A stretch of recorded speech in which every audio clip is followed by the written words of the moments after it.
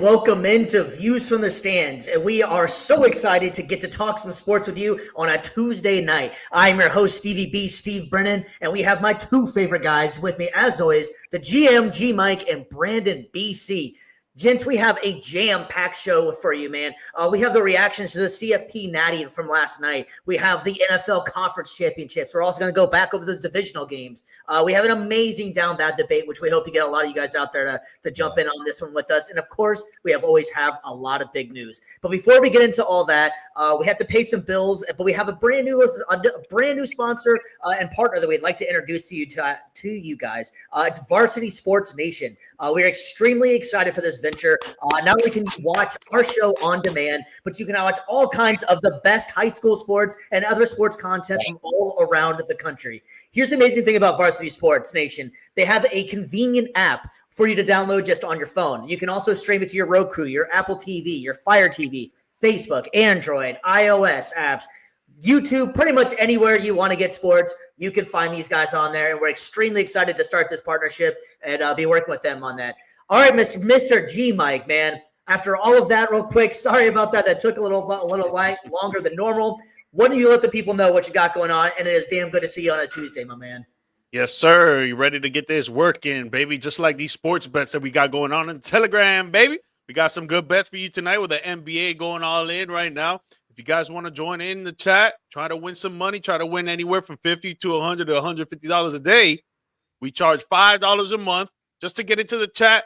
Look at our slips, put them in there, and win some money. So you'll see it pop up on the chat right now, the link. Or if not, if you're watching the recorded episode, you'll see it pop up on your screen. If not, just slide in one of my DMs on one of the social media accounts right there, and we'll get you on and popping, baby. Let's all get some money this year, man. Let's get that money. Mr. BC in the building, man. How are you feeling? I knew you were rushing, trying to make it to the show. I'm really glad you made it in, buddy. Why don't you let the good people know what you have going on? I mean, before I get into that first, man, I gotta just give a shout out to G Mike, man. You can always trust that man with the money lines. You can trust him, with your props and everything like that. I know nothing about gambling, but G Mike does. That's where he's got you covered. So hey, man, verified by me, verified by everybody else, man. Appreciate that. Of course, man. But anyway, no, I was about to say, me and the missus, we got a little small business down here in Central Florida, brandS.media. We got your engagements, we got the wedding, photography, videography, even for stuff too, like senior photos. That's going to be coming up soon towards the end of the year. Also, too, if you got just want to do family formals, family portraits, stuff like that, we got a wide range we're trying to do. Cast that net wide, large and wide. Again, Central Florida area, photography, videography, brandS.media. Check out our portfolio online there. You can see everything, see if we fit your style. And if not, it's all good. But hey, man, we make memories that last a lifetime down here. So. Absolutely, man. I don't know about you guys, but I'm ready to get into some sports. What about you guys? You guys ready to go, man? Let's do it. Let's get it. All right, man. It did not take long for this one to happen. Ben Johnson and the Chicago Bears have agreed to a deal. The deal is estimated to be around $13 million is what it's expected right now. They're still in the process of working out the terms of the length of the contract. It is fresh off the press pretty much at this point. But all right, man. So what do you guys think about this one? We were just talking about Ben Johnson last week, and is it time for him to move on if they don't make it?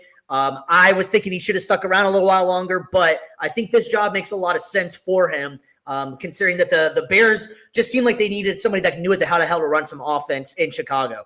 So I think it's actually a really good move for him. I'm glad he took this position and not the Raiders position, because that was the big rumor. What they were talking about was possibly the Raiders. That was what he was linked to. That one really didn't make much sense to me to do, especially coming off of Detroit. All right, G Mike, what's your thoughts on this, brother? I think it was a good move for him. Definitely, he wanted to be in control of his own team. Even though he was in control of that offense in Detroit, but now he wants to be in control of a whole team. And you saw when he entered the facility today in Chicago, he looked like he really wanted to be there. His family were really happy to step into that facility. It looked like he was about to cry, really. But just as a business decision, I think it's good for him to go with the Bears instead of the Raiders like he was looking at because of the superstar rookie QB that they got in Caleb Williams. They got an amazing running back in this DeAndre Swift. They got a star-studded receiver in DJ Moore. Keenan Allen, a pro out there, a big-time pro veteran that can catch all the footballs in the world. And I think the offense is going to be good with Ben Johnson. I think there's going to be a lot of positivity towards the future. We still have to see what's good with the defense, but when it comes to the offensive side, I think they're going to be looking pretty good. Oh, yeah. Yeah, G-Mike, you took the words right out of my mouth, man. Like that, honestly, it's such a good move for Ben Johnson. And I think we're seeing a lot of guys that are head coaching candidates probably try to switch from, like if they're going to a team, especially if they're offensive minded, they really want to lean towards a team that's got a franchise QB set up. Like we said, LA, there's not really a lot out there. There's a few other places like, obviously Jacksonville is going to be a place for any other offensive coordinators to go to as well. Wink, wink, Liam Cohen, sweating bullets here with that one. But we're seeing kind of a trend where a lot of head coaches, they're going more towards younger teams that have kind of that franchise signal caller set up, or maybe a chance to, they can kind of leave their imprint on the offense. And it's great for him as well because he can always just bring in. He's shown that he can call a game really well. He's always been more of that style of coach anyway, where he's going to be the play caller for one side of the ball, not really necessarily the walk around coach like we kind of see with Dan Campbell. But now I think really for Johnson, the thing is find a great defensive-minded coach. If somehow maybe Robert Saleh slips through the cracks of getting hired as head coach, he's probably going to be the best defensive coordinator option out there. If you're for me, I would love to have him in Tampa. But if you're Ben Johnson though up in Chicago, he's going to be an amazing find for sure that can really help revamp that monster of the Midway defense. Yeah, no, I didn't even think about Robert Saleh, but you're completely right. That would be a very interesting candidate to be a DC over there if they already haven't got cleaned house over there to begin with. Though I've always heard that Chicago seems like it's kind of a hard city to work with because of the ownership. They're very old school.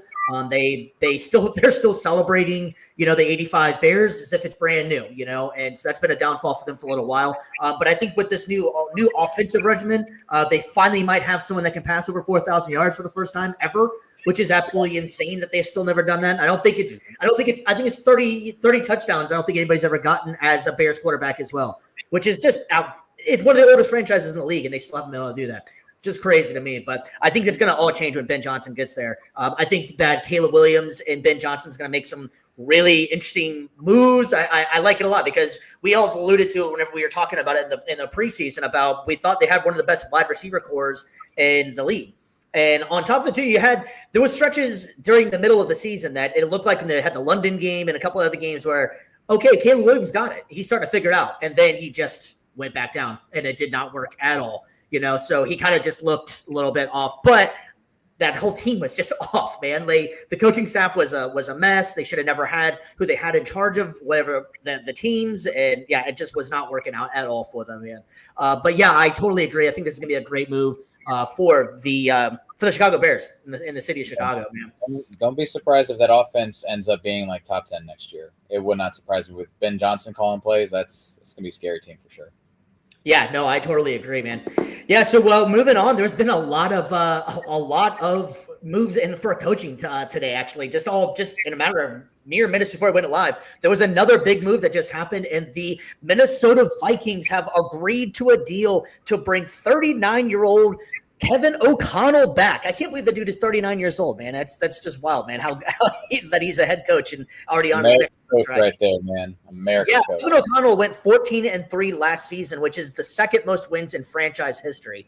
G Mike, how do you feel about this deal, man? I think this is an absolutely amazing deal for the Minnesota Vikings. They're still like I was saying too, this just came out, so they're still working on the kinks about how much the deal is going to be worth and the extension of it. But he's going to be getting paid pretty well, though. No, definitely. I agree. I think this is a great deal for the Minnesota Vikings. He's proven time and time again since he's been there that he could win in the regular season and he could take them to the playoffs.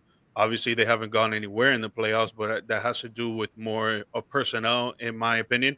But he's a leader of men. They listen to him. He knows how to win. He knows how to put up points. He knows how to make an offense great. So I feel like it was a no-brainer for them to extend him. And there's going to be a lot of wins in the winning column for Minnesota in the upcoming seasons, and they're going to be happy to have given him this extension. Yeah, I know. And you know what? You know what was pretty wild too is I wanted to ask you guys about this as well. That there was a bunch of rumors that he was going to possibly be traded. BC, would you ever trade for a coach? Would you ever do that? I mean, you're asking the wrong guy for that. We traded for Gruden back in like 2002, so and it worked out for us. We got a Super Bowl. Well, we got a Super Bowl, but we got it with Dungy's team. But that for another day. But I mean, if they traded him, it would be. I'm curious to see how much. Like, I mean, I could see them maybe trade him to Las Vegas. Like, they're just that desperate for good head coaching. But it's like you would have to fork over your draft rights for the first and second rounds for the next like 2 or 3 years, especially with the success that he had in Minnesota. With again, we were writing the Vikings off as they're going to finish dead last in the division, especially with McCarthy going down. Sam Darnold's going to start. Like, what are we talking about? But he really helped guide that team. And again, towards the end of the season, you're going up against a great team in Detroit. You're playing a really tough Rams team. Like it's not going to be, they were very difficult matchups. I think that just the fact that they got that 14-win season and they made it to the playoffs after going through what they went through in the offseason, it's remarkable. And I think Kevin O'Connell's a big test of that. And I wasn't really surprised to hear about the extension at all. Yeah, no, I wasn't either. And honestly, going just back over it, like you mentioned a little bit ago, it's kind of wild. He's only been there since 2022. And so if you think back on this, he's had to win games with Kirk Cousins, Josh Dobbs, Sam Darnold, Jaron Hall, and I want to say it was Nick Mullins as well, I think was still there maybe. Man, the guy's one with pretty much anybody out there. So shout out to Kevin O'Connell for being one of the young guys out there that's he's a great coach. I like Kevin O'Connell a lot. And it's wild too because he has a different style too than he does than the other coaches in that league now, I mean, you got Dan Campbell, who's like the big guy, the tough meathead guy and stuff. O'Connell's more of that, like give you a hug, give you, the moral support kind of thing. Do you guys think that there's a better, it depends on your personnel, or is there a better coaching style? It just depends on who you are, maybe. I think it depends on your personnel. Yeah. G-Mike, you're going to say something. No, I agree. I think it depends on the personnel. I don't think, and even then, like, let's say in Dan Campbell's situation, right? We'll compare him to Kevin O'Connell, what you were just saying. Yeah, he's a tough-minded coach, and he's brutal, and he shows force, and he'll tell you how it is. He'll be blunt, and he's not gonna beat around corners. He's not gonna beat around the bushes. But I'm pretty sure there's still players on the Detroit Lions that probably get ticked off at it. They probably feel some kind of way. They probably get sensitive. They probably don't like it. But it could just all be worked out with a simple conversation. And like, Coach, can we talk for a second? Can we close the door, just me and you, one-on-one, and hash this out? That's all you really need at the end of the day. And the same thing will go with Kevin O'Connell, because if he's being all nice and kind and being super respectful and whatever, maybe one of those players disrespects him in some sort of way, and then he brings them in. He's like, yo, we need to talk one-on-one. Yo, I don't like the way that you talk to me like that, blah, blah, blah, blah, and whatever. You hash it out. You just talk like grown men. But yeah, I feel like it just depends on the personnel and the type of person that you are. People have to know who you are, and you have to know how people are to deal with it. Yeah. Well, and also, I think it's like the city and the culture that you've built as well. Like Detroit is known very much for being a very tough-minded, grinded-out kind of city. That's just how they've always been. Bad boy Pistons, throw that back to basketball way back in the day. That's just the city's identity. Minnesota, yeah, it's up north. It's very frigid, snowy, cold. Vikings, tough, like that kind of mentality. But they also, Minnesota, at least the personality of the state, the city, really, it's been kind of more even keel, a little bit more chill, a little bit more relaxed. So you kind of, even in the same division, you can go from literally one extreme to the other. Just to kind of go back though too, like just to kind of go back to technical difficulties. Woo, we gotta love live, man. You gotta love live. Back. Stevie B, Houdini right here. I just went and go. Where'd he go? Hosted a show and disappeared, man. There's nothing better. Does it mean I get a pay grade? I guess, man. Mike, you're the host now. So oh jeez. Well, yeah, it can really depend on where, what the culture is like where you're at. And it doesn't even matter what division you're in. You can have two completely opposite style coaches in the same division, and it all works. It works all the same. There was literally just a difference of one win and then a difference of one extra game in the postseason this year. So I think both styles can work really well, just depending on who you got. Yeah, definitely. Yeah, no, I agree. Yeah, and I just thought that was kind of wild. They were talking about possibly trading him. I wonder what the trade deal was going to be. They never really see what it came to fruition, but I would love to know what they were going to try to get for him and who was actually asking. I haven't heard that. I just heard that there was a possibility they might have been traded. But that's not the only coach out there. There was another big name coach that got another job, and that is the old school Patriots are coming back, man. Josh McDaniels is coming back as the offensive coordinator for the New England Patriots. Man, they're going back to the golden days after they just brought in Mike Bravel as their head coach. This is an interesting move, man. Josh McDaniels has been a less than stellar head coach in everywhere he's been. He's been in Denver, he's been in Las Vegas, and it just hasn't worked out. Now, as an offensive coordinator, that's where he's had his time to shine, and he's done pretty well. Granted, he's had Tom Brady to deal with to do it, but let's not forget he did win a game with Tim Tebow as well. So there you go. But that was a playoff game too. So just saying, you know. But having said that, though, do you guys like this move for the New England Patriots, man? I think it's pretty much the only move for Josh McDaniels at this point. I think that his experiences with both Denver and Las Vegas pretty much screwed him over from getting any head coaching gig from here on out. Like, the word snake oil salesman, I don't think has ever really been used as much as it has been with Josh McDaniels, just because he's able to con teams so much. I just wonder, me personally, I think that this should be the end of his head coaching experience, but I feel like give him a few seasons with New England, maybe they'll find a way to kind of get middle of the pack, get that offense going. Drake May will look great, and then he'll fool some team in the next 5 years. It's a cycle with him. It's the snake oil cycle. That's how it goes. Like we've talked about it before, man. Some coaches can be head coaches and some coaches are just coordinators. And dude, you got to be okay with your role. Sometimes you got to be the star player and sometimes you got to be the role player, man. It is what it is. And that's what Josh McDaniels is. He's a role player in this team. But I think it's great for them, really. I think, he knows the team. Obviously, it's a different system because Bill Belichick's not there. But he knows how Bill Belichick ran stuff, so he could give a lot of suggestions. Obviously, Mike Vrabel knew how Belichick ran stuff. And I'm pretty sure he's close with Josh McDaniels, which is why he was putting his foot down to hire him, But I think it would be good for their offense. He has shown that they can be great offenses under his coordination. So I feel like it could be good for Drake May and that whole offense. Now, they just need some receivers. No, it would be hilarious. That's been a big one that everybody's keeps on bringing back up is T. Higgins. That name's been associated with him for quite a while. But I personally, I think T. Higgins is going to stay where it's at. I think Joe Burrow's been pushing for him to stay there for quite a while. And I know Cincinnati is notoriously cheap for the most part whenever it comes to making decisions for some of the players. But I feel like that one, they need to make that work, man. You got to keep Joe Burrow happy on that one. But with New England, though, I like what they got with Drake May, and I think it'll be kind of interesting to see. I don't think they've made Brady obviously was more of a pocket guy. Wasn't much of the runner. Drake May, on the other hand, is a dual threat guy at this point. He's got a lot of talent. I like Drake May. I think he's got a chance to make a pretty good name for himself. I think having a good offensive coordinator, they had Alex. I forgot what his last name was, but I don't think he was that great of a play caller for New England last year. So bringing in Josh McDaniels, who's been a great play caller, I think that's going to help him out a lot. And it's good to have all that championship pedigree, that championship experience that they're bringing in with Vrabel and with Josh McDaniels. I'm sure Patriots fans are indecisive. It's going back to the old school, but I'm sure some are excited, but some are probably not. I was going to say, has Vrabel named his DC yet, or is that still kind of up in the air?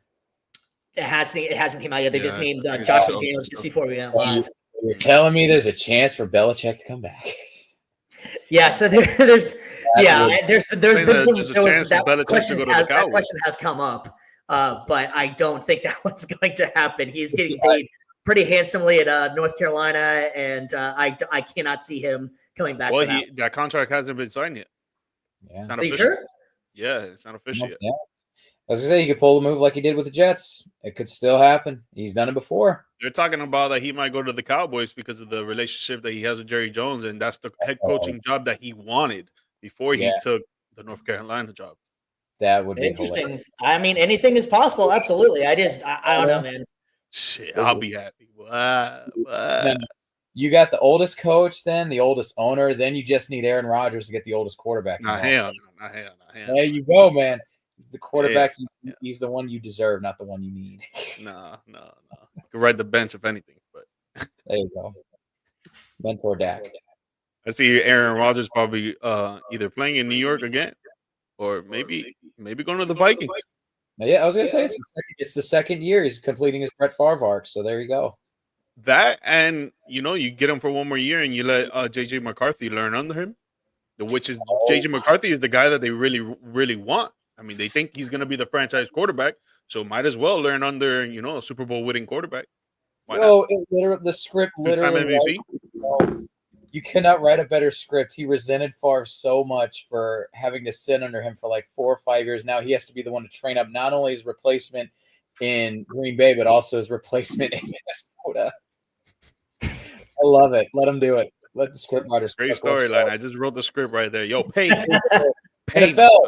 NFL, listen, man. G Mike, script writer next year, man. I just need to slide you some money so that maybe you can give the Bucks a few Super Bowls in that script, Gotcha. Yeah, man, that'd be one hell of a storyline, man. That'd be one hell of a storyline.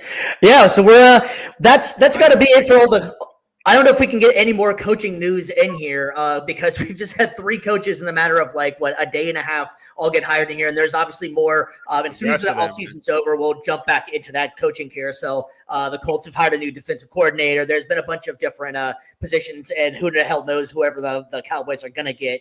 So we definitely got some stuff to come back for on that one. But we're going to go ahead and leave the NFL for a few minutes and jump to the college game because we had some huge game on last night. And man, let me tell you what, boys, Ohio State was the real damn deal, man. That if you did not get a chance to see it last night, the Ohio State Buckeyes took home the championship over number 7 Notre Dame. Man, they had some big plays in this game. Notre Dame, we all kind of thought was overmatched, but they actually came out and fought pretty hard, starting up the drive with a touchdown right off the bat, And any guys impressed with that, or especially with Ohio State's defense? Were you guys impressed with them coming out right away? Dude, that opening drive was amazing. The opening drive was amazing. It's just that they did the same play. So it was like, okay, you know what? We're going to adjust, and you're not going to do that anymore. And that's what happened. Yep. It's beautiful to watch, though. Also, too, for anybody that's like a fan of just some of that old school running the football kind of game, like you had to be impressed, really, like with the performance of. We were talking about it before the game, Quinshawn Judkins. I think we got that right, guys? I think that's right. Yeah. That's good. Yeah, he went in for 2 rushing touchdowns and 1 receiving touchdown, man. Yeah, MVP of the game by far, and 9 yards of carry too. Dude was basically guaranteeing a first down with every rush. Like that's insane. That's unheard of. Dude, they were going crazy, man. And then everybody, even us, we're praising the Notre Dame defense. Yep. And it was nowhere to be found. OSU scored 21 points in the second quarter, 10 in the third. Yep. Obviously, a field goal at the end because they were just killing the time. But, bro, 21 points in one quarter, and then you got 3 players rushing for more than 49 yards, 12 plus carries. And the QB was doing great work with 17 completions out of 21 attempts, 231 yards and 2 TDs. Wow. Notre Dame, the only person that was actually doing work was the QB. Yeah, Riley Leonard impressed. I thought Riley Leonard had a pretty good game. Yeah, dude. Obviously, the receivers were doing work too because he was throwing to them. But if it wasn't for the quarterback, their rushing game was non-existent.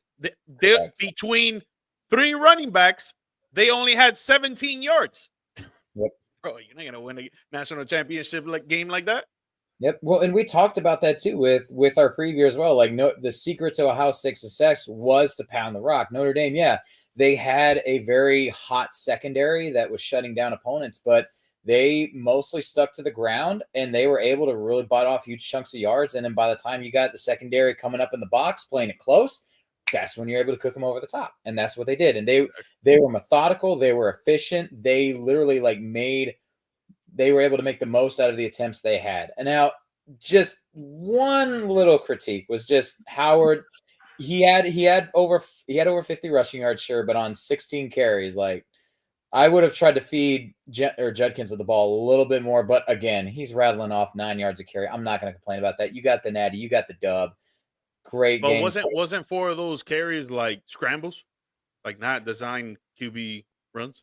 True, yeah, and that is kind of how that's the one unfortunate thing. Like they a lot of times will just count that one as a run. So, but again, that's nitpicking. Ohio State had a great game, play calling executed to perfection, just about. So they did everything they needed to do on offense to get the dub, and happy to see it. So I did want to ask you guys a question about this one. I mean, Ohio State pretty much dominated most of the game. They made it the score doesn't actually tell how the game actually was. I think that it was Ohio State pretty much the entire way. Now, so the big storyline coming out now, and it's been all over ESPN and all these places and stuff. Has the Big Ten taken over as the king of college football over the SEC? The SEC has been dominant for God knows how long now. All right, you guys' honest opinion now. BC, you can go first with this one. Has the Big Ten become the king of the castle when it comes to college football? King of the castle. King of the castle. You seen Borat? Yeah. I wasn't even thinking about that. I haven't seen that one in a hot minute. I need to see that one again. Based on the last 2 seasons, it's hard to dispute it. Again, we're still kind of in the infancy stages of, if you want to call it the reign of the Big Ten. So I'd still like to see at least one more year where you have a Big Ten school, reign supreme with the college champ or the national championship. But it's looking like it. It really is. Like we're seeing a lot of these big time schools in the SEC, like Alabama. They have fallen off. They fell to Michigan. Speaking of, in the ReliaQuest Bowl. So that all the big favorites that we're seeing out of the SEC have kind of really fallen off. Even Georgia, who won it before, they were the last SEC team to win the national championship. They, in recent years, have not looked as dominant as we thought they were going to be. I thought this was going to be a team that was going to be the new Bama, winning the championships, like winning at least half of the natties for the next 10 years.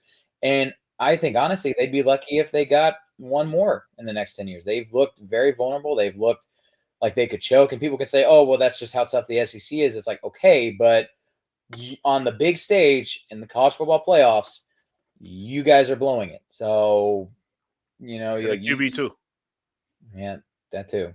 No excuses, but true. Well, I mean, it's the same thing with FSU a few years ago too. But yeah, point still stands. Michigan, Ohio State. Imagine that last 2 national championships with that rivalry right there. They've started a stranglehold, and now ball's in the SEC's court. It's your time to either break that and show everybody next year you're still top dogs, or you're gonna fade into obscurity. Mike, what's your thoughts, man? You think the Big Ten is the king, or what?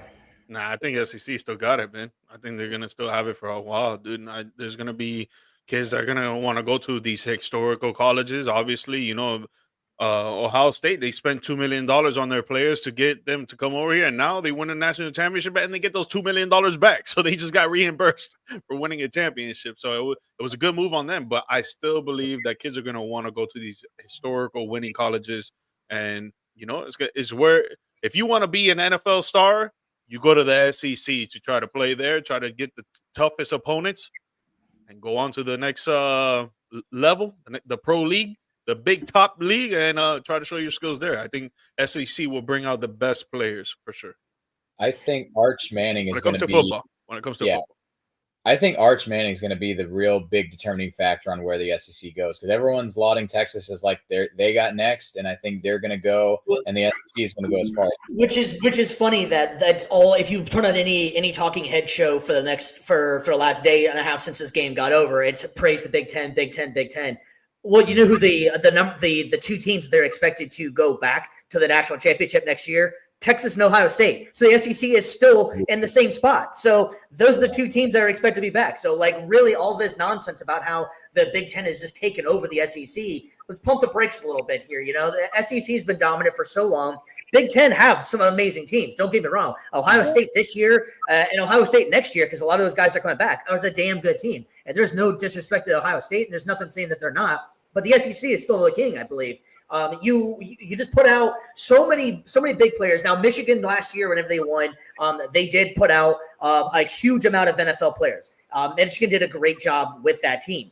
But having said that, though, the pure dominance that the SEC's had for so long, you can't just go away because they haven't won it 2 years in a row. I mean, let's face it, they were playing Texas in the game before the City Pro game to go to this game to go to the championship. So it would have been another SEC again team back in the championship. So I think that you need to pump. Everybody needs to pump the brakes a little bit on the fact of like the SEC is kind of just falling off. If Texas, let them know. Yeah, if Texas and Ohio State do make the national championship next year, though, again, anything can happen. And let's say Ohio State, though, once again wins. Are you ready to crown Big Ten? Or are you going to say, well, SEC was still in the title game? So I'll tell you, I'll kind of rebuttal it then in saying that besides, let's go Michigan, Ohio State. Well, I guess what I'm getting at is that the Big Ten, the other hard part about this whole thing here, is conference realignment. And that's what makes this whole conversation kind of silly because you've added Oregon, you've added USC. It's always been Ohio State, Michigan. They've always been the top dogs. No one's scared of Indiana.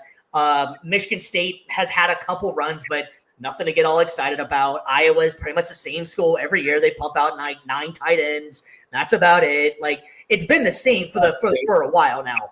That the Big Ten has been this school or whatever. So I think that's where the hard part comes in is the conference realignment. You've added Oregon, who was a Pac-12 school for years and years. They just got added in there, but now they're getting the credit for them coming over. Same thing with the SEC. I guess you could say with Texas. Texas was Big 12 for years, and now they're SEC. That was like SEC's like last hope. But having said that, there easily could have been 4 SEC teams in this championship game.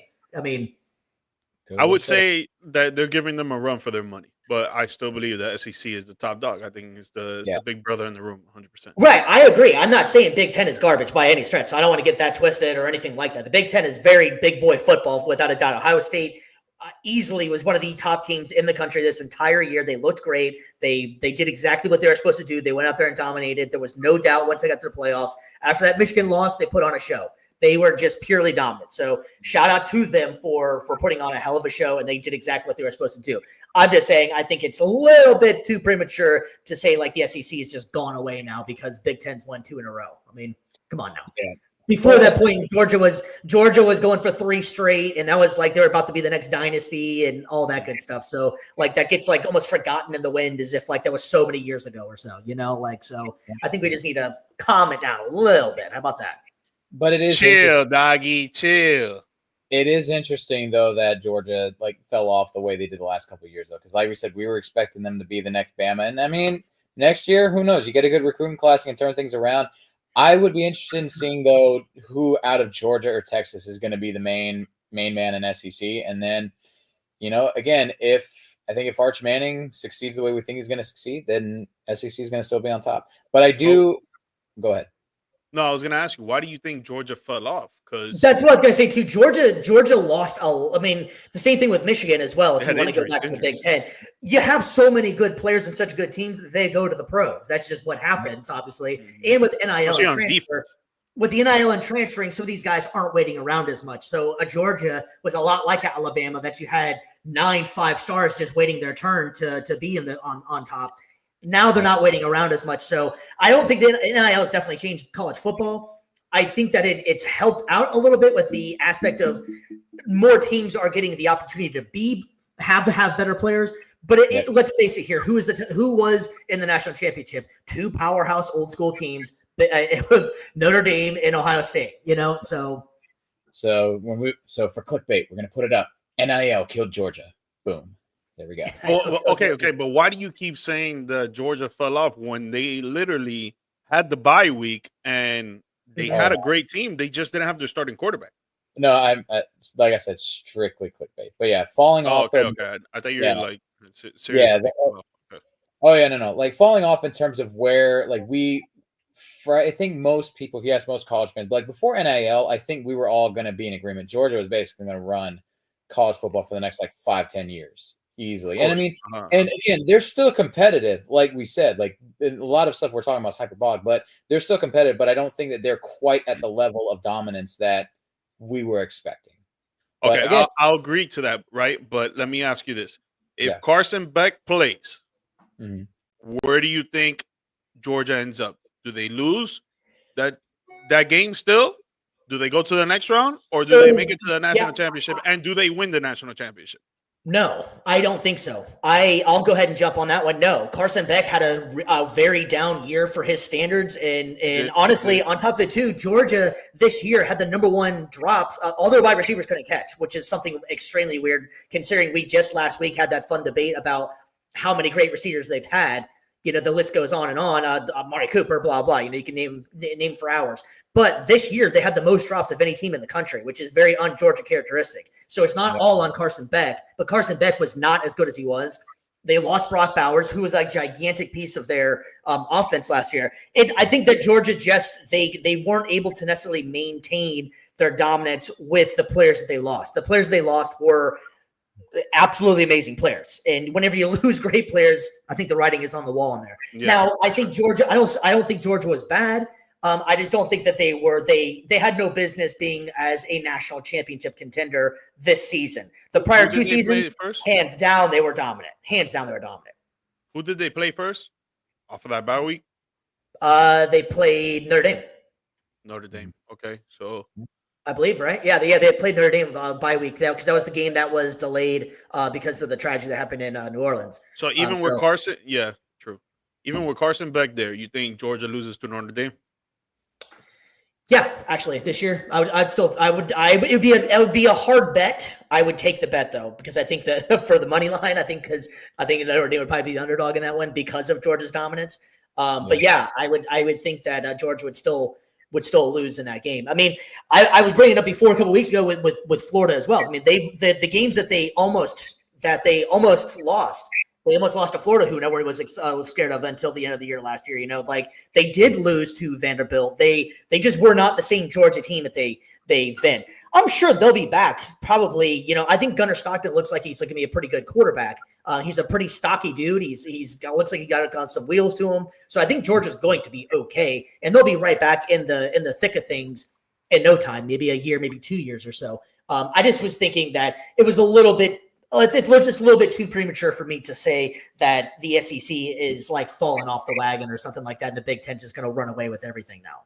Yeah, okay. But they're coming for him. They got him in their sights. Yeah. All right. So we'll close up the college football season in here. I just want to get you guys' opinion on this. What did you guys think of the playoff championship? Did you like the 12 team?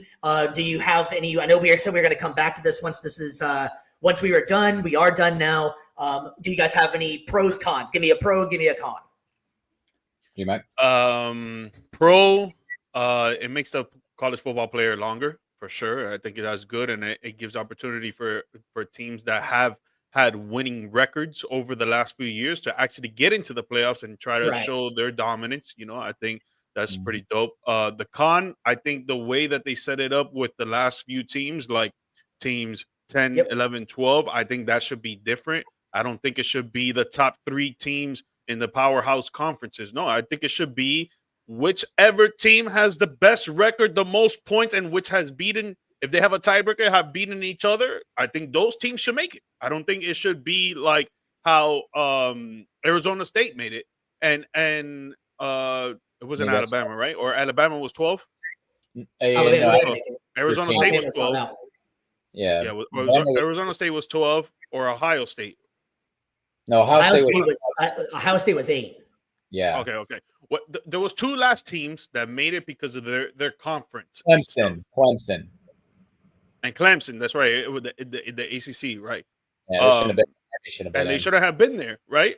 But that's kind of things that you gotta work with. But all in all, overall, I think that the college football playoff, increasing it to 12 teams, I think it was great for TV. Honestly, great for views, great for college football. Oh yeah. I'm pretty much in the same boat with George. Like, I like expanding into the teams because, again, you get some of these Cinderella teams that do make a good run. I think this would have been great for a team like UCF all those years ago, or FSU, just to see, give them a shot. And then I think this also will avoid situations like where you get the real national champions posted on their thing and they can acclaim national championship. Like, this helps eliminate a lot of that. Though, again, seeding is an issue, which, like we said, Clemson gets in because of what conference they're in. Army gets neglected. It's like, yo, Army was one of the best stories of the year. Like, Yeah. even if they would have gotten beat in the first round, still give them that opportunity. They won their conference. They earned it. And I think to be in the college football playoffs, you should at the very least appear in your conference championship game. You should at least appear in the conference championship game or just win it outright. Because if you didn't even do all the work to get to the final game of the season, then you should not be in the playoffs at all. I don't care what the at-large, I don't care what conferences say. I mean, that would alleviate Notre Dame then, because they don't have to do that. That was one of the things I was frustrated about, is that they're still getting the credit of the independent. But what was their record? What was their record? Exactly. They lost one game, I believe, and you're peeling hairs here, because it was, if you go by any of the major schools, it was the worst loss of the year. Yeah. They lost to Northern Illinois. So I mean, if you're gonna, I guess if I would go like a But it has a bad game though. You can't. If I would give a pro and a you got to have con, a good season. It's a whole season. It's not just one game until the playoffs. Obviously, the playoffs is different. Yeah, so if I would give a pro, I liked the idea of that, how, like you were kind of saying as well, it's almost kind of a little bit more like the NFL where thanks for checking in. Yeah, so I kind of like it. It was a little bit more like the NFL, to where you can still consider, I'm just throwing a team out there, the Chiefs. You're able to lose one or two games and still be legitimately a great team, until you get to the playoffs, and that's when it actually matters. So I like that aspect of it, that it does kind of take away a little bit that every week matters, but I do like the fact of Ohio State is a perfect example. They had a stinker of a game against Michigan, but yet they still were one of the absolute best teams in the country. So they got their redemption story and they ran through the playoffs like nobody's business. A con I would have to say would be kind of like what we were saying with the seedings. I think that I've mentioned this before. I just think that they need to establish what conferences are getting automatic buys and how they get the buys in there. I think that needs to be an established fact of which teams are actually the teams we're going to matter with. I mean, honestly, for the buys, just give you, if we're going to be this hung up on like the Power Four conferences, just say Power Four champions get a buy, and I think that's something. Technically, that's kind of what they did, but then they also gave a Boise State a buy, which Boise State should have no business getting a buy, and they're not even in a considered Power 5, Power 6. I'm not even sure what power they have, but they and the other thing, here's one thing that I'm glad I thought about that too. The one last thing I was thinking that was a con about this whole thing was the bye situation. So the team that was the at-large team that got in, they got to host a playoff game. The team that was the one that got the automatic bye, they don't get to host a playoff game. They have to go to a neutral site. That makes no sense. Yeah. Why not reward the team that got the bye for giving them a home game if you give the team that didn't make the bye an extra home game? Yeah, that is one thing I didn't like, where we're playing all these games, the quarterfinals or the the quarterfinals were all at neutral sites. Yes, the semifinals should be at, because that was the one thing I did like about the old format with the college football playoff, was that you get the 4 teams and they would play the Rose Bowl, Cotton Bowl, and then the Sugar Bowl for the national championship. I like that, but then make the rest of it the quarterfinals and then the first round, make those your home field advantage ones. I think that's the whole point of being a higher seed, is that you get to host the game. Like that, yeah. That to me is something they should be changing on there. Right. I mean, it's not like you can't do it. It's not like there's not money in the sport, and there's not like it's not sponsored, and people are not going to pay to go to these games. I mean, every one of them are sold out. And if you're able to host it at home, that team gets extra money for their school, and it's almost a benefit for being a winner. So I think that's something they need to change as well, is figure out the higher the seed, they should host the first 2 rounds of the playoffs. I feel like whatever the higher seed is. And I think depending on as well where, let's say it's the quarter, or let's say it's the semifinals, you got Georgia, they're the top seed next year, and then they're going to be playing Texas. I think that should be that should be played in Mercedes-Benz Stadium, because it's again, they're the higher seed. Yeah, it's not played at Georgia's home stadium, but it's still in Georgia. They earn that right. If it's the semifinals, sure, I could buy into that. Fine, if you want to go that route. But I just think the first 2 rounds, what's the point of getting? I know you can't say what's the point of getting a bye, but you get what I'm saying here. What's the point of getting a bye if you can't even host a damn home game? That doesn't seem very fair. It's hey, you can have more. You can host a home game, but don't be good enough to get a bye. I don't know. I don't like it. I think that was kind of a silly way to do that. Yep. All right, playoff committee, you hearing us? That is playoff games at home. We need to adjust the seating and make Notre Dame play in a conference. There we go. Two times this episode where we got the check, baby. Sign the check, baby. And There you guys are viewing. We go. got 15 viewers right now, man. Hey, write in the chat, man. Let us know what you think, baby. Yes. And what are your that we can put a bow on the season. I think it was a very interesting season. There was a whole lot that there was a lot of really, really good games this year. I thought this was one of the better years for college football, if I had to be honest. There was a lot of upset games. Erico, the Notre Dame game where they lost. Army was a great story. There was a lot of good stories in college football this year. Miami made a slight resurgence, and then they kind of fell off in the end. But there was a lot of good they can build on from here on out. Beat both of your teams. All right, well, put your pens and papers down because we are leaving the college campus and we are heading to the pros. Man, we had some exciting games the last couple days in the NFL, man. We'll start in the NFC. How about that one? What do you guys want to start in the NFC or AFC? How about that? Which side do you guys want to start with? Whatever you want, man. I get it. All right, so we'll recap. We're not going to spend a bunch of time on the divisional rounds because I'm sure everybody's heard all this ad nauseum. But we want to go ahead and make sure we go back over it, give our thoughts on this one as well. So we'll go ahead and start with the Eagles and the Rams. The Eagles came home with the victory at 28-22. That was a lot more exciting game than I kind of expected to be. I did pick the Rams in this one. I thought that the Eagles offense was going to not really show up. Saquon Barkley showed up, but that's about it for the Eagles. Mike, man, what's your thoughts on this one? Just to start off, I want to shout out that one analyst that said there was going to be no touchdowns this game. Bro, Pablo, don't quit your day job, kid. Yo, Saquon Barkley going crazy. I mean, we expected that for it to be a snow game. In the beginning of the game, it wasn't snowing, but by the time that it hit the end of the second quarter, it was already going crazy out there with the snow. You saw snow covering the field. It was hard for the players to either catch the ball or even stay above foot to stay on their feet. But not for Saquon Barkley. 205 yards, 2 TDs. That man was going crazy with 26 carries. Yeah, man. For the Rams, Matthew Stafford had a pretty good game. He went 26 for 44 on 324 yards and 2 TDs, no interceptions. Kyren Williams had 106 yards with 0 TDs, but, they started playing a little bit better towards the end of the game. At the second last drive for the Rams, Matthew Stafford was going down the field with that offense, and they were showing that they can play with the best of them, but it was already too late. Eagles were already up. Either it was by like 10 points or 11 points, I think it was. And man, dude, I just think like we all thought the Eagles defense were going to be crazy and they were going to do good work out there. And they came out with the victory. And then Jalen Hurts, greatest game manager ever, 15 for 20, 128 yards, 0 TDs, 0 interceptions. Greatest game manager in the game, baby. That's push, man. That's what he's good for. Yeah. He knows how to win, though. He knows how to win. That's so true.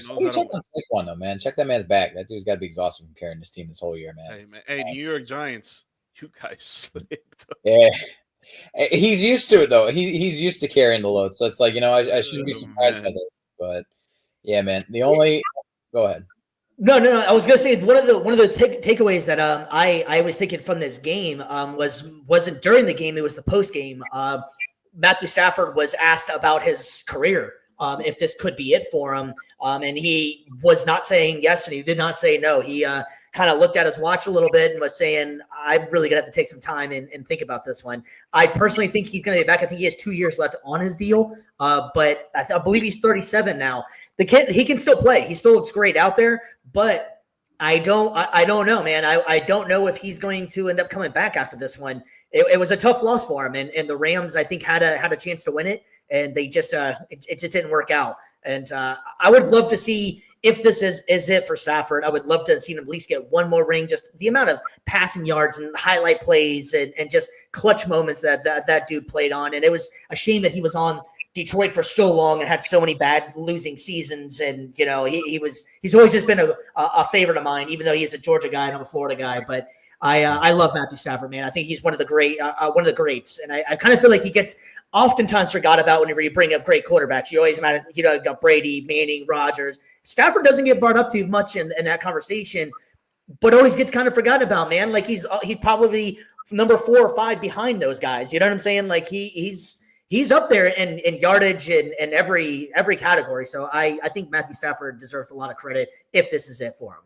Yeah, and it is a shame that he couldn't. It's a shame he's not on these Detroit teams now, because that would be an amazing story if he could lead this. Honestly, the storybook ending would be go back to Detroit for after your contract's up with LA, one more season, win it with the Lions. Obviously, that's not going to happen. I think Jared Goff out of there. Yeah, that ain't gonna happen. But also, I remember seeing an article or something like that where it said his wife also does not want to go back to Detroit as far as to see them play there. So it's dang. So forget about the homecoming story. LA, Detroit, LA, Detroit. Yeah, I mean, I wonder where I would want to go. Come on, dude. The weather. When we're really looking at some of the all-time greats, especially from this generation, obviously, like we said, we got the Rodgers, the Bradys, the Mannings. But if you go to that tier below them, people like Matt Ryan, who got an MVP, honestly, I would take Stafford above Matt Ryan because he's shown to be clutch. 100%. Counts most. Yeah, he didn't win an MVP in the regular season, which arguably he could have. He had the talent to do so. But when he needed to step up. Especially the year that they won. What's up? Especially the year that they won. That year he was going crazy. It was one of his best years. Even the days back in Detroit too. But yeah, he I would say out of the quarterbacks that were drafted around the late 2000s, he is probably the best of that group. I can't think of really any others that I would put above him at this point in time. I think he's in December and January. I think he's 19-4. Yeah, it's clutch. Sure, I saw that stat the other day. Yep, just didn't have a lot of opportunities to, unfortunately. Well, speaking of Matthew Stafford's former team, that's what we call a professional segue, because we'll go ahead and move on to the next game in there. I think that's pretty much it with the Rams and Eagles in there. Eagles advance. And so we're going to move on to the other game. And this one had to be one of the shockers of the weekend. It was the Detroit Lions taking on the Washington Commanders. And the Commanders come away with the victory 45-31. Woo! Hey, I'm not going to say I called that one a little bit, but I slightly called that one, man. At the end of that show, I said I will not be surprised if next week we are talking and the Detroit Lions lost that game.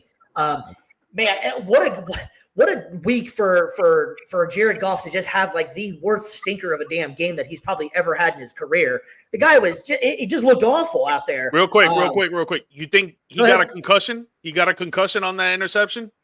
That hit was hard. It looked like he got a concussion. I'm not gonna lie. It looked like he got a concussion. That didn't get a flag, but what we're gonna if that was Patrick Mahomes, that guy would have been. He would have been thrown out of the league. Third.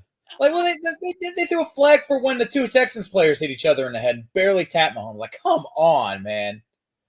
Yeah, we'll definitely probably get into that one. I didn't want to even get into that just because it's the nauseating thing. But you're completely right. It is definitely a conversation we probably do need to have. So about this Lions team, this Lions game, I think this one was. I feel really bad for Detroit because it is such a Detroit way to lose too. They were great. They set the franchise record, I believe, for wins.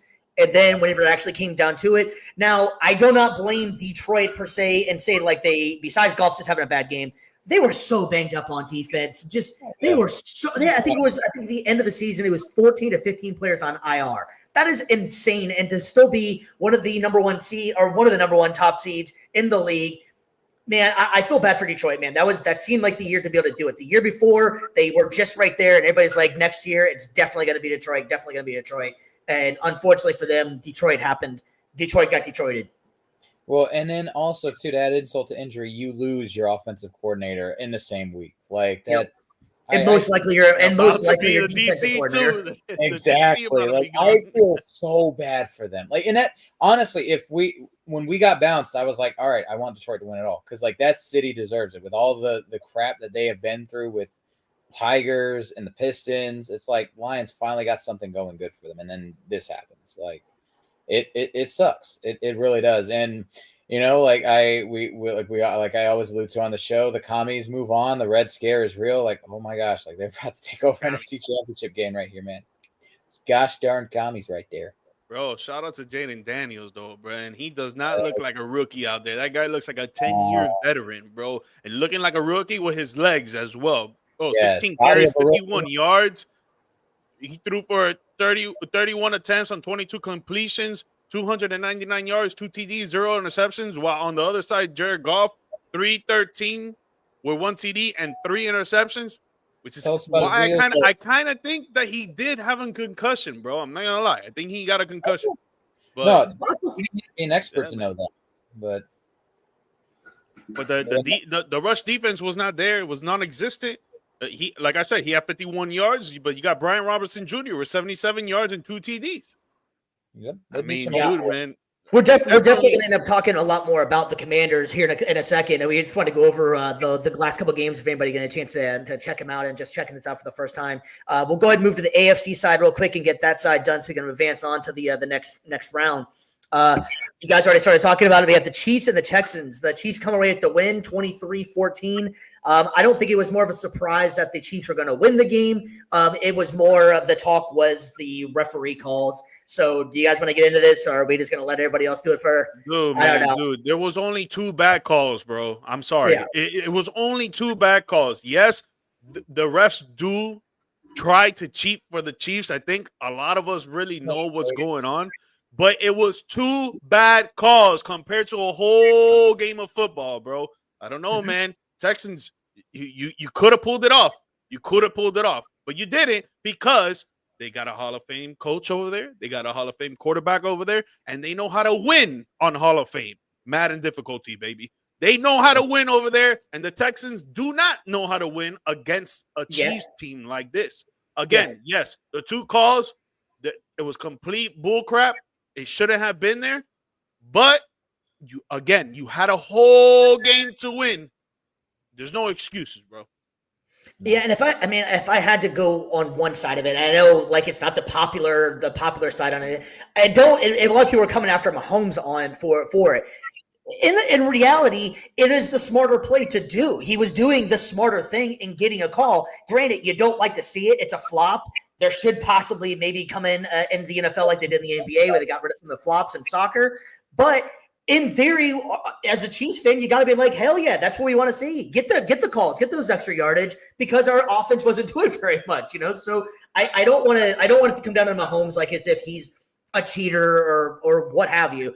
But it just does not a good look. I think that's what the problem comes in. It's just a bad look because they've had so many times it just seems like it's gone in their favor. Yeah. But look, for the flop, right? I think it's the NFL's job to penalize QBs that try to flop when you're going out of bounds, when you're running and someone tries to hit you and you flop. I think the NFL needs to penalize that as well. You can't be out here like, oh, yeah, we're only going to give the flag if the defensive player hits the quarterback while they're running out of bounds. But if the quarterback tries to flop and try to make it look like, oh, he hit me or whatever, and it didn't happen, you should penalize them for that too. Because if you don't, then it's going to continue to happen. And we don't want that. Almost like we don't want it like the NBA. Almost like a reverse unsportsmanlike conduct, something along those lines. Yes, so you don't do it. So you don't come up with some sort of catchy 15-yard penalty or something like that. But that needs to be addressed for sure. I mean, if you go back to Kenny Pickett was that I believe that was in college when he did it, but that's one of the kings of the fake out with the QB. He was going up for the slide, gets up, runs it for that touchdown, and he gets all the credit for being smart. But if he gets hit, then as a player does it. Yeah, exactly. So I think that's something that is a rule change that definitely should happen. And then replay. And then why do we have replay if they're not going to use it, man? It should be on if it's a blatant call, especially come playoff time. That it needs to be used. If the refs can't necessarily see it, and it's got to be hard being a ref sometimes. These guys are running 20 and 30 miles an hour at times, and it's a bang bang play. You call it like you see it, and if you don't see it, but that's what instant replay is for. So they need to start utilizing a lot more. Yep, I agree. Real quick, BC. I don't know if you're gonna go, but I wanna give the fans the stats, the team stats, because everyone wants to complain about the flags and all this and whatever. Okay, Korean Fairbairn the kicker for the Houston Texans, he went 2 for 4 on field goals. That is 6 points missed right there. Okay. Harrison Butker went 3 for 3. He made all the field goals. One reason why they won. Okay. Now let's go to kickoff return yards. Right. The Texans only had 67 yards on kickoff returns, while the Kansas City Chiefs had 131. Another reason why they won. Right. Okay. Yep. Well, let's go to defense. Tackles. 53 in total for the Houston Texans only. 53 tackles. The Kansas City Chiefs had 69. Another reason why they won. So for you guys to be saying that it's the flags and what helps the Chiefs win, I'm not going to disagree with that. But is that the reason why they won? No. They won because they played better and they're the better team. Simple as that. The two fouls that everybody's talking about were egregious fouls. They were bad fouls, but that was not the determining factor that was going to cause the game for them to lose. Exactly. Yep, you are fighting a losing battle if you're going to say that the refs. It's one thing to say if it's down to the wire, like final play and the refs screw up the call. That one, yeah, you can say, yeah, that cost us the game. Sure. But if you're, like I said, the score is the way it is, and Kansas City's been dominating pretty much the whole game, and this didn't come down to the last play, then you have no excuse. You cannot. Yeah, those two calls, again, we said it, they egregious, horrible. We addressed that. But you can't get dominated on both sides of the ball like that and then blame the refs and say they cost us. Let me put out another stat here. Ready? Go for it. Travis Kelce caught 7 out of 8 catches. Xavier Worthy caught 5 out of 6 catches. Noah Gray caught 3 out of 3 catches. Kareem Hunt caught 1 out of 1. And then there was 5 players that didn't catch a pass from Patrick Mahomes. Yep. We'll go to the offensive side for the Houston Texans, right? Nico Collins, 5 for 8. Drops. Could be a reason why you guys lost. Yeah. But what do I know? Dalton Schultz, 4 for 4. Xavier Hutchinson, 4 for 6. 2 drops right there. Could have been crucial.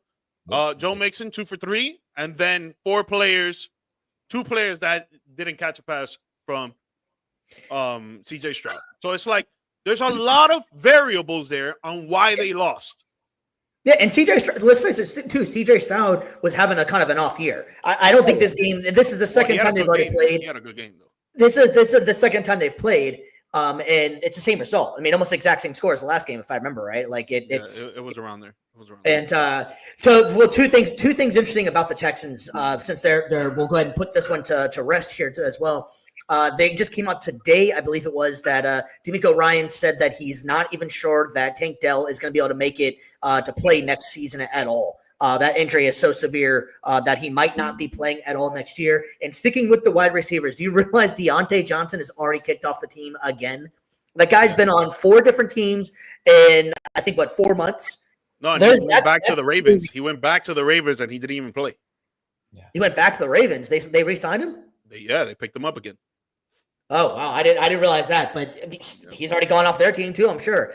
They're out of there already. That's got to be a look in the mirror kind of guy right there, man. So you're not doing something right, man. If you go through that many teams at that amount of time, he's not a locker room guy for sure. On the Texans team that needed wide receivers, like you had easily the chance. Just don't be a jerk and literally you could be the guy there. But you heard what happened, right? What it was, why they kicked him out? Which team? The Houston Texans. I mean, you have to name which one. The Houston Texans. Go ahead. Yeah. Because he was mad that he wasn't getting targeted. Okay, yes. Okay, I didn't know. Are you a team player or not? Are you just thinking about the individual stats and stuff? Okay, you don't really want to win. Get up out of here. I get it. I would do the same.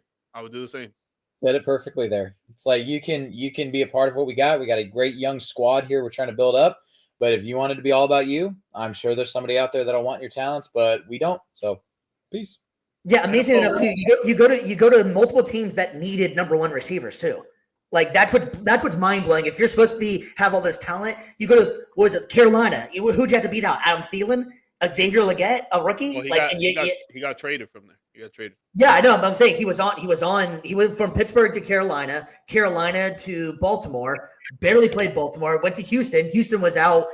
They needed at least number 2, and I don't know, man. Like that's something that guy needs to look in the mirror because he is a good receiver, but he just needs to figure something out with that. That's insane, man. Go through that many teams on teams that actually need you, and you can't make it like that. That's crazy. But all right, we're putting that one to rest. Last thing on the Texans before we move on. NFL rumor right now: Dallas Cowboys are going to try and trade for Stephon Diggs, match him up with his brother. Just saying. What's that? He said Stephon Diggs is what? Dallas Cowboys are going to try to trade for Stephon Diggs to pair him up with his brother. Man, that doesn't sound like that won't be a locker room problem either, or something like that. You know, two diva Diggs on the team. I'm down to try it out. I'm sure Brian Schottenheimer is going to love that one, man. No. Kellen Moore, bro. Come on. Kellen Moore. All right, man. So we got one more before we jump into the new we move forward, and that was the Buffalo Bills and the Baltimore Ravens. Oh, man, there were so many different storylines going on with this one, and if you didn't get a chance to see it by now, the Buffalo Bills put out the victory 27-25. And poor Mark Andrews, man. Poor Mark Andrews. Bro, I feel so bad for him, bro. Just like Jared Goff had probably the worst game of his entire career, and I'm talking Pee-wee football as well. Man, drop the 2-point conversion, the fumble. The list goes on and on, man. An amazing season. Career season, bro.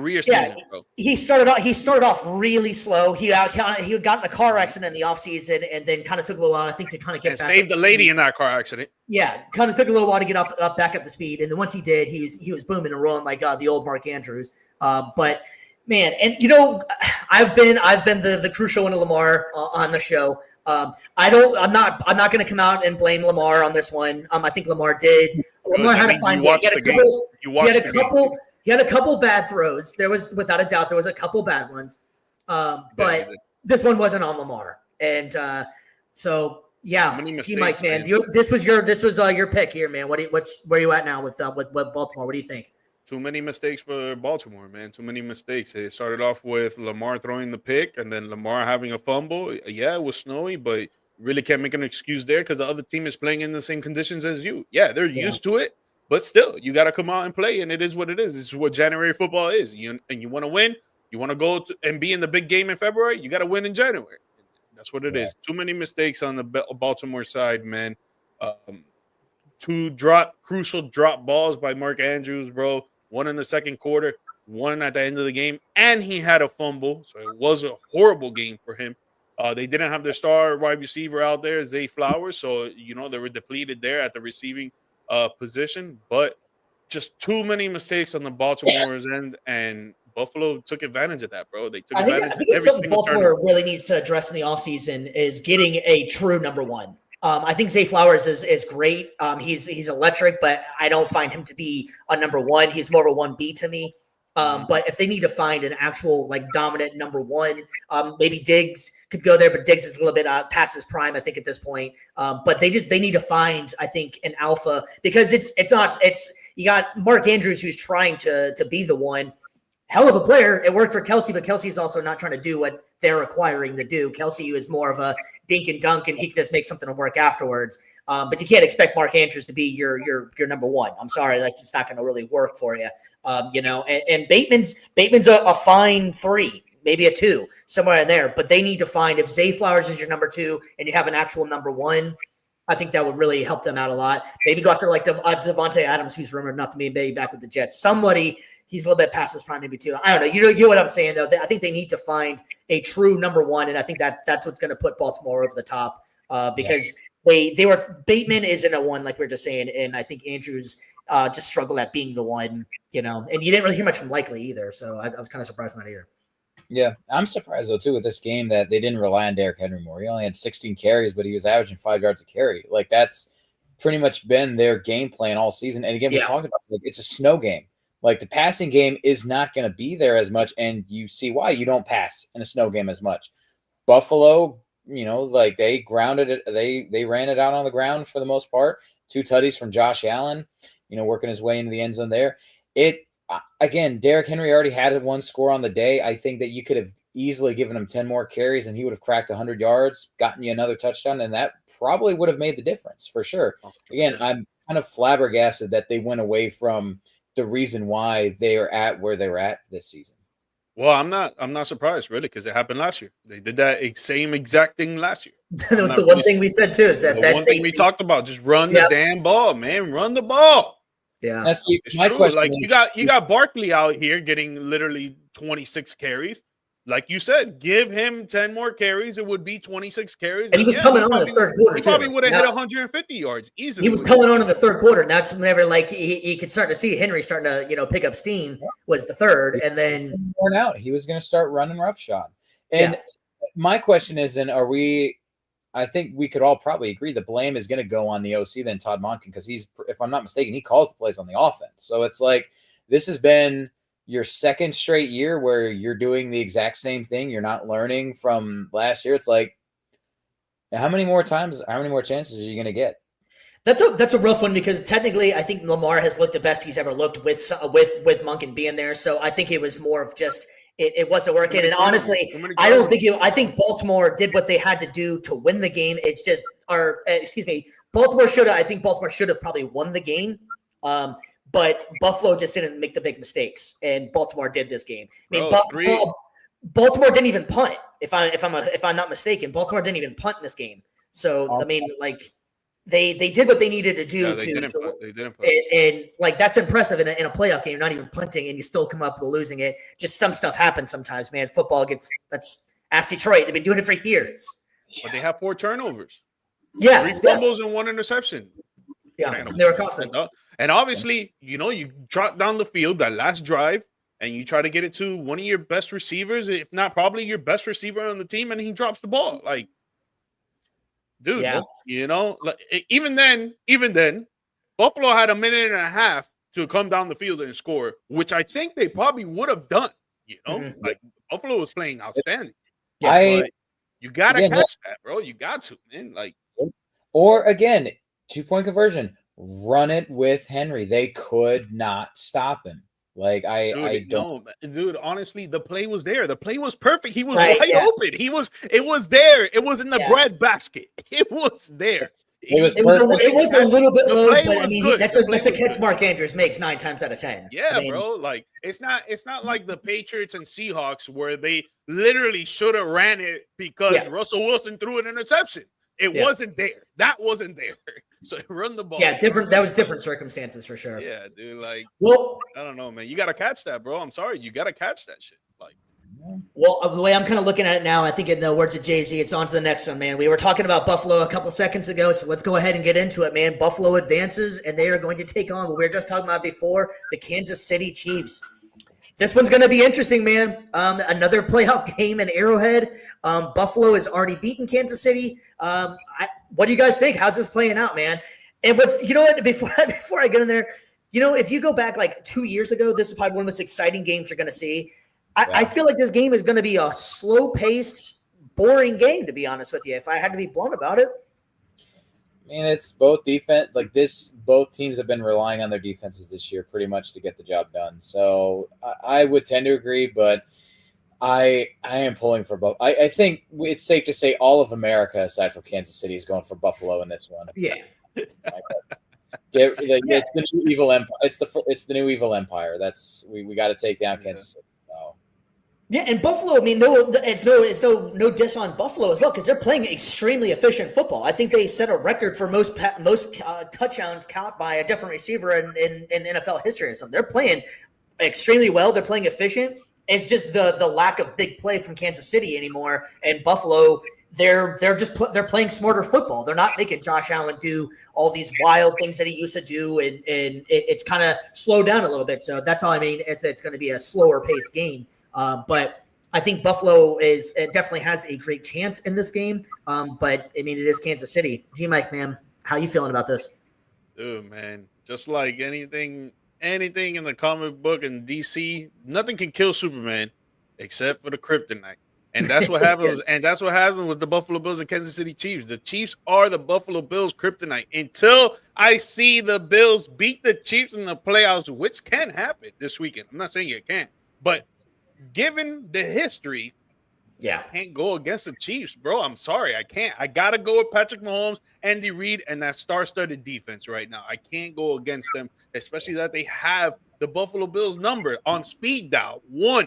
It's there, ringing every year. It's unfortunate for him. Yep. All right, so we're gonna go make our picks on there. Then BC, who are you picking? Oh, I don't want to pick Kansas City, but I feel like I have to. Oh, this hurts to Go with say. your gut. Go with your gut. You can go ahead. I will be the big man. I will be the one over here. I am going Buffalo. I'm going Buffalo, and I think Buffalo is actually going to beat them actually handily in this one. I think it's going to be a competitive game, but I think Buffalo is going to come out and put on a show. I'm liking the way they've been playing. I like we were saying before when we were picking our preseason picks. I thought Buffalo was actually a lot better, and a lot of people were jumping off the bridge on them. Because of all the wide receiver stuff. I didn't think they're going to be this good. I said I thought they're going to be good, but I did not expect them to be this good. But I'm sticking with them. I've been riding with them for a little while in here, and I guess I'm gonna. Does that help me out with my MVP pick of Josh Allen, or does he win or lose this now, or because Lamar? Like, where are we going with that now? I feel like I said this like to my family when we were watching the game. I was like, whoever loses this one, is going to win the MVP. That's my prediction. So whoever loses is gonna be the MVP. Like whoever loses the whoever lost between Buffalo and Baltimore. So that is gonna be the MVP. You're saying the losing quarterback is gonna be the MVP? Yeah. So Lamar lost, so I got him winning the MVP, and then you know what? Screw it. I'm gonna go with my gut. Josh Allen's gonna use that as fuel, and he's gonna take down Patty. Let's do it. Bills by a field goal. It would be dope to see 100%, man. I can't see it, dude. It's not there in my vision. It's not in my vision, dog. I'm like John Cena out here. It's just not there. Yeah, I feel confident in Buffalo. I like the way they're playing. And Kansas City, they just been way too sloppy for me. But they do turn on the playoffs, man. You can't deny that. And Travis Kelce did exactly what I said we were going to do last week. We were talking about it. Travis Kelce turned into playoff Travis Kelce, which is exactly what they've been waiting for the entire time. So, all right, so we're moving on as well. We got before we recap that real quick, we got we going 2 Buffalo, 1 Kansas City. Yep. All right, good to know. That's gonna be an interesting man. But Bills Mafia will go crazy if they make it to the Super Bowl. There, that'd be great. It's been a long time for them. They deserve it. Like they are been there. What 3 times, 4 times? I haven't won 4 times in a row. That's right, 4 times in a row. Yeah. Right. And we beat them in one of them. Yeah, I know we talk about their fan base, and we're gonna talk about Phillies in a sec. Like we talk about both fan bases, but Buffalo is more of that like chaotic good where it's like everybody loves them because they're so like crazy. Everybody and Philly is more of chaotic evil where everybody hates Philly fans. So and this is where we go to Philly Commanders, baby. Crazy segue right now. Without further ado, man, we are going to the playoff game between the Washington Commanders and the Philadelphia Eagles. You did not get your screen messed up or hear me wrong on the podcast here. The Commanders are in the NFC Championship. What a game this is going to be, my friends. I really don't know what to expect, man. I've been so high on Jayden Daniels this season of just like he's just impressed the hell out of me. Can he pull it off against the Eagles defense, man? They've already played once. They played twice. And the last time they played, Jayden Daniels got the win, I believe, right? I think they're 1-1, yeah. I just don't know if it was the last game they played. It's already happened. And they're going to be playing in Philadelphia, which is always going to be a hostile environment. But, Mike, man, can Jayden Daniels do this? I think he can. But, dude – that defense for Philly is just too crazy, man. Even though Jayden Daniels has been torching top defenses all year long. So, like I said, I think he can. But can the Commanders stop Saquon Barkley from going crazy? And that's where I think that the Eagles are going to take off, man. That's what they do. They run the ball, they score running the ball, and they win running the ball. And they're going to continue to do that going into the Super Bowl. I don't think the Commanders are going to be able to stop that run offense. I think their run defense is pretty weak. But can Jayden Daniels keep up the score with the Philadelphia Eagles? I think so. I think that he could probably throw some touchdowns, maybe a couple of them, maybe even rush in. But I still think at the end of it, the Eagles will probably take this game with the home field advantage and they'll move on to the Super Bowl to get a rematch with the Kansas City Chiefs. Oof, man. That is juicy, my friend. Mr. BC, man, how you feeling now? What do you think, man? All right, I think for sure it's going to be it's going to be Jane Daniels' toughest task. This defense is no joke with Philly, regardless of whether or not we think the head coaching there can lead them to a championship. That defense is still one of the best in the National Football League for a reason. And Washington's biggest kryptonite is Philly's greatest strength, the ground game. So, in terms of preventing the run on Washington's defense. But I've been analytical for the most part this whole year. It's had its ups, it's had its downs, and for me, my prediction as far as moving forward. Hold on. Whatever the salute is for sure. I'm going commies in this one, man. We're going with the Oh no. He pulled the Elon Musk. Oh boy, man. Yeah, well, honestly, man, I've been riding with Jaden Daniels for quite a while. I think the hardest thing is going to be, like you were saying, BC, is the run game. Saquon this has him written all over it. It's gonna be cold. It's the end of the year. They've been relying on him so much, and Washington has a hard time catching a cold. So they cannot stop the run. They cannot. They have their defense is what they've been their kryptonite for sure. This offseason, which is kind of ironic that Dan Quinn comes over and their offense is lighting it up. And their defense has been subpar, but the defense has been playing a hell of a lot better since the playoffs started. So it hasn't been, total doom and gloom for the defense. And that's the thing. Like, are we going to go with the analytic? For me, again, am I going to go with the analytical matchup, or are we going to go with the style of whatever team's the hottest come playoff time? That really is, and the question asked. And Washington's been playing into that so far. They have been underdogs pretty much this entire postseason. They have been white hot, though. They have found ways to win, grind it out on the road every single game. So it's like, you know what? Let's just, for narrative's sake, for storyline's sake, I got commies winning this one. Yeah, I have to go analytical, man. One of the best rush offenses against one of the worst rush defenses. This is not like Detroit. Detroit does not have the injuries on defense. And Eagles top 5 defense in the league right now, and probably even all year long. So it's not the same. It's not going to be the same game, and they're not playing in a dome.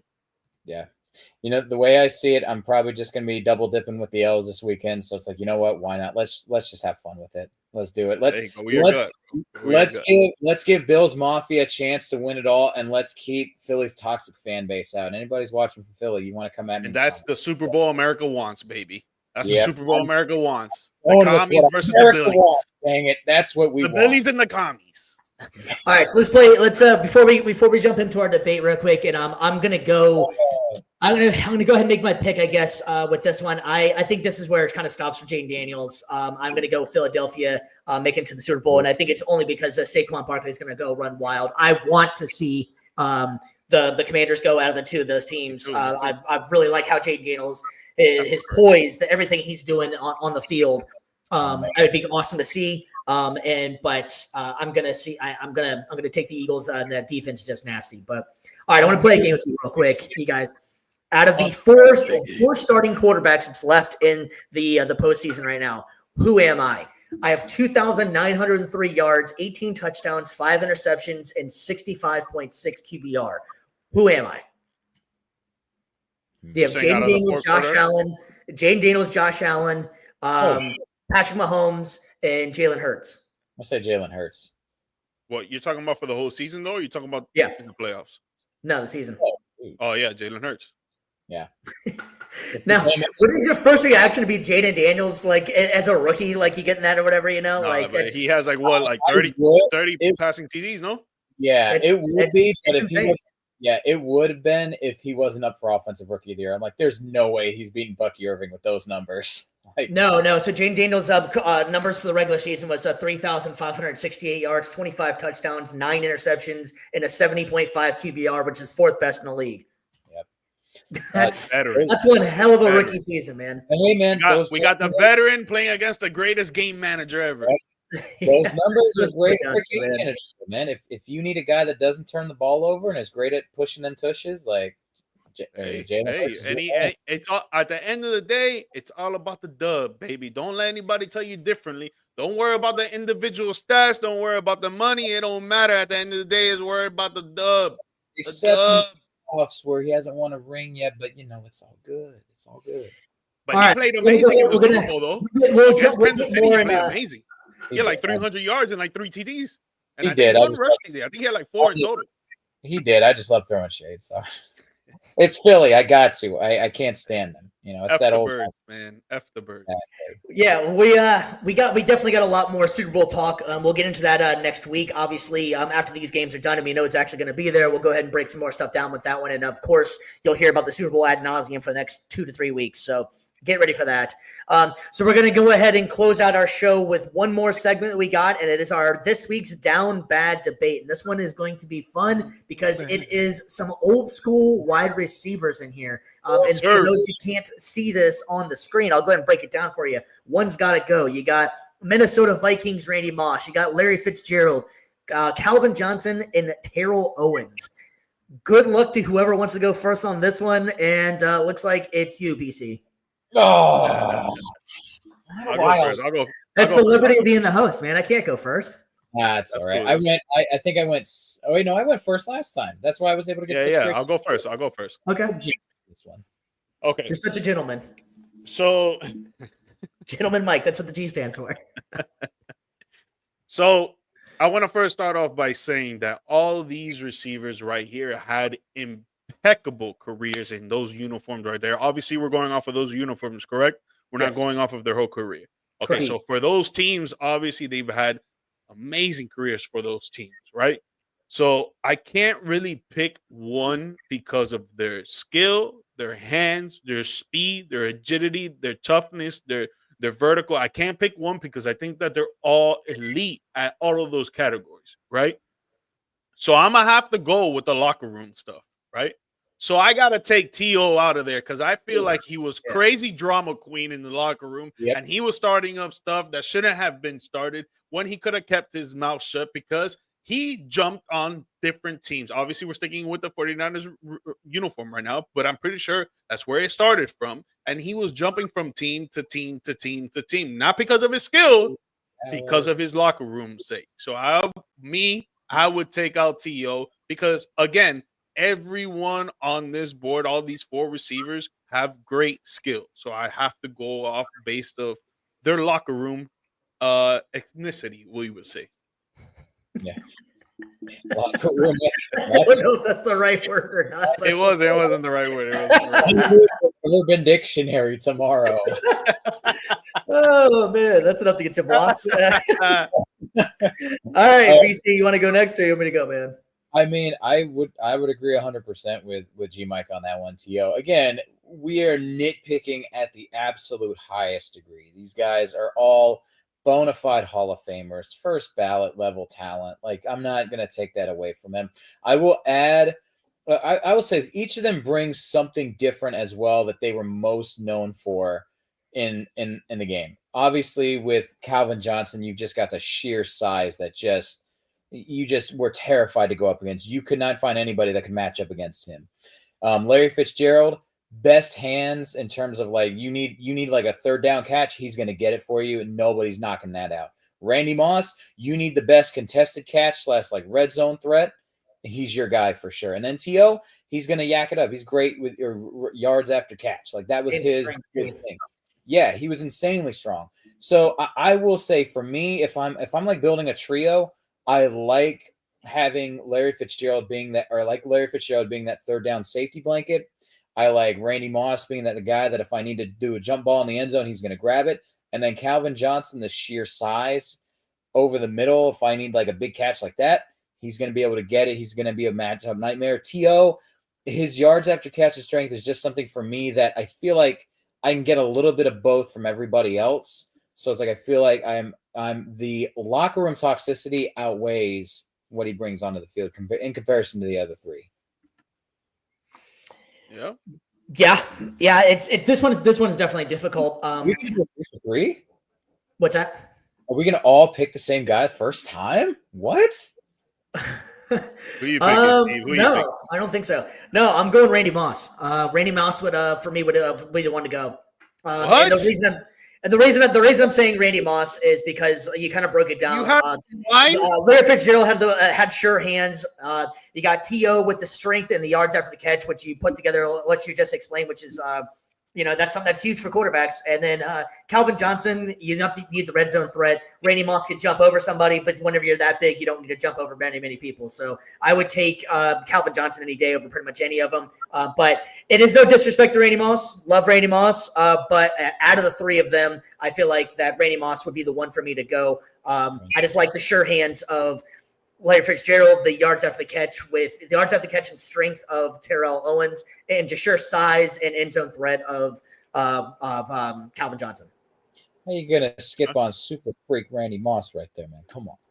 It's not easy. It's not easy at all, It's but a super freak. Shout out to Rick James, baby. You guys remember the old like intros and stuff like that, like Randy Moss, aka Super Freak Marshall. Yeah. Oh man, I missed that. I saw there was someone, either I think it was on the Bills or the Buffalo or Ravens, that they were doing the intros with shades on. Or remember, what was it? Who was the one that was like body built by Taco Bell? Oh yeah. That's right. Or Jared Allen for being homeschooled or given his elementary school. Yeah. All right, fellas. Well, I think that is going to wrap it up for us tonight for Views from the Stands. Once again, we want to give a shout out to Varsity Sports Network for putting us on. We had a little bit of delayed start with them, but they're going to be a part of us going forward. So that was some big news for us and big news for them. We really appreciate it. So check them out on the app. And like I said before, you can find them on your Roku, on your Apple TV, pretty much anywhere that you get a streaming service, and it's real easy to do.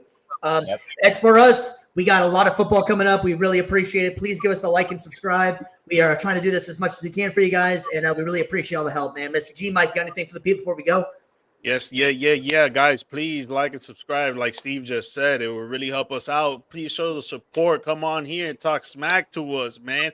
Write in the chats, make fun of us, do whatever you need to, man. Come and show support.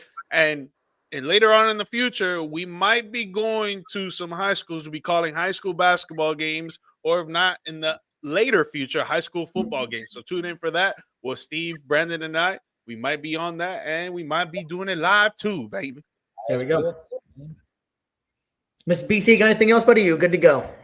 I mean, shoot, like we alluded to earlier, man, and we're about to reach the pinnacle of football at the end of the year. I mean, obviously we passed the pinnacle with college football. We're about to reach the big boys, Super Bowl. So, hey, have it circled on your calendar, whether you're just there for the food, whether you're there for the game, whether you're there for one of your teams that's going to be in it, or even if you're just there for the commercials. Just get a group together, have some fun, enjoy it. Like, this is why we watch football every single year.